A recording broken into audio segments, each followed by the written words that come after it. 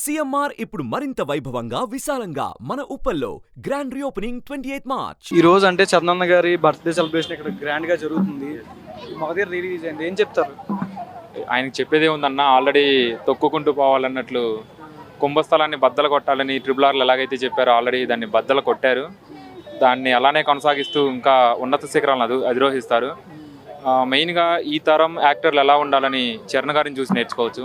వచ్చే upcoming actors అయినా so many personalities అయినా ఎవరైనా కానీ, ఇంక్లూడింగ్ యాక్టర్స్ మాత్రమే కాకుండా ఇప్పుడు మాలాగా ప్రొఫెషనల్స్ కానీ ఎవరైనా యూత్ అనేది రామ్ చరణ్ గారిని చూసి చాలా నేర్చుకోవచ్చు. ఆయన లాయల్టీ, వర్క్ రిలేటెడ్గా డెడికేషన్ అండ్ హానెస్టీ, మెయిన్ తన చుట్టుపక్కల ఉన్న వాళ్ళకి హెల్ప్ చేసే విధానం, ఇలాంటి సో మెనీ క్యారెక్టర్స్ చిరంజీవి గారి నుంచి అన్ని పుణికిపుచ్చుకొని ఆ మెగా లెగసీని కంటిన్యూ చేస్తూ ఈ స్థాయికి ఎదిగి ఇంకా ఒక నార్మల్గా చిరంజీవి కొడుకు దగ్గర నుంచి రామ్ చరణ్ వాళ్ళ తండ్రి చిరంజీవి అనే రేంజ్కి తీసుకెళ్లిన వ్యక్తి ఆయన.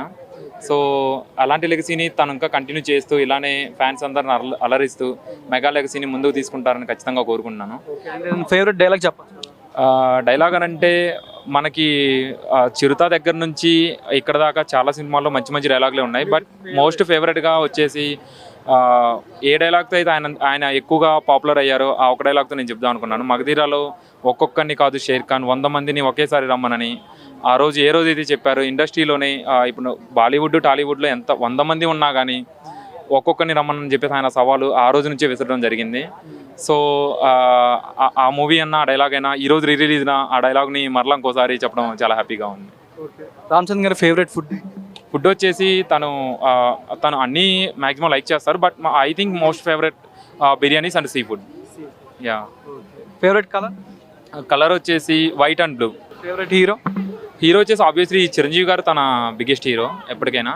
తర్వాత హీరోయిన్ వచ్చేసి సావిత్రి గారు అని చెప్పేసి గుర్తుంది నాకు. అంటే మీ స్కూల్ డేస్ ఆ టైం నుంచి మీ ఫేవరెట్ మూవీ ఏంటి ఆ టైంలో? ఆ టైంలోనంటే నేను 7th క్లాస్లో ఉన్నప్పుడు చిరుత రిలీజ్ అయింది. చిరుతాకి నేను వెళ్ళలేదులే కానీ మగధీర సినిమాకి నేను వెళ్ళాను. బట్ అక్కడ నుంచి చరణ్ గారి సినిమాలు చూసుకుంటూ ఒక్కొక్క దానికి ట్రాన్స్ఫర్మేషన్ అవుతూ వస్తున్నారు. బట్ తను బాడీతో పాటు మైండ్ అయినా ఏదైనా మెచ్యూర్గా థింక్ చేసింది మాత్రం తను ధృవ నుంచి తను రామ్ చరణ్ 2.0 విధంగా ఆయన ట్రాన్స్ఫర్మేషన్ ఉంది. పర్సనాలిటీ పరంగా అయినా ఫిజికల్గా ఎలాగైనా కానీ. సో అక్కడ నుంచి మనం రెండో రామ్ చరణ్ చూస్తున్నాం. రామ్ చరణ్ని ఇంకా నెక్స్ట్ అప్కమింగ్ వచ్చే బిగ్గెస్ట్ మూవీస్ అయినా కానీ తన ఎంచుకున్న క్యారెక్టర్స్ అయినా కానీ చాలా యూనిక్గా ఉన్నాయని చెప్పేసి నా ఒపీనియన్. గేమ్ చేంజర్లో జరగండి సాంగ్ రిలీజ్ అయింది కదా, ఏం చెప్తావు దాని గురించి? అంచనాలకు తగ్గట్టుగానే ఉంది.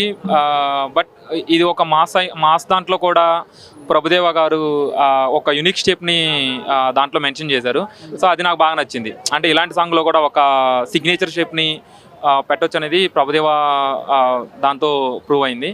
సో సినిమా ఎక్స్పెక్టేషన్స్ అందరూ పెట్టుకున్నట్లే అందరికీ ఉన్నాయి. అది ఖచ్చితంగా బిగ్గెస్ట్ హిట్ అవుద్దని చెప్పేసి, చరణ్ గారి కెరియర్లో బిగ్గెస్ట్ హిట్ అవుద్దని చెప్పేసి అనుకుంటున్నాను. బర్త్డే అందరికీ మెగా ఫ్యాన్స్ తరపున అండ్ ఇక్కడికి వచ్చిన వాళ్ళందరి తరపున రామ్ చరణ్ గారికి మరొకసారి జన్మదిన శుభాకాంక్షలు తెలుపుకుంటూ వాళ్ళకి ఆయురారోగ్యాలు ఐశ్వర్యాలు ప్రసాదించాలి, ఇంకా మెగా లెగసీని ఇలానే ముందుకు తీసుకెళ్లాలని చెప్పేసి కోరుకుంటూ ఉన్నాను. Thank you so much. Happy birthday Ram Charan. Suman టీవీలో మీ పర్సనల్ అండ్ బిజినెస్ ప్రమోషన్స్ కోసం కింది నెంబర్కి కాంటాక్ట్ చేయండి.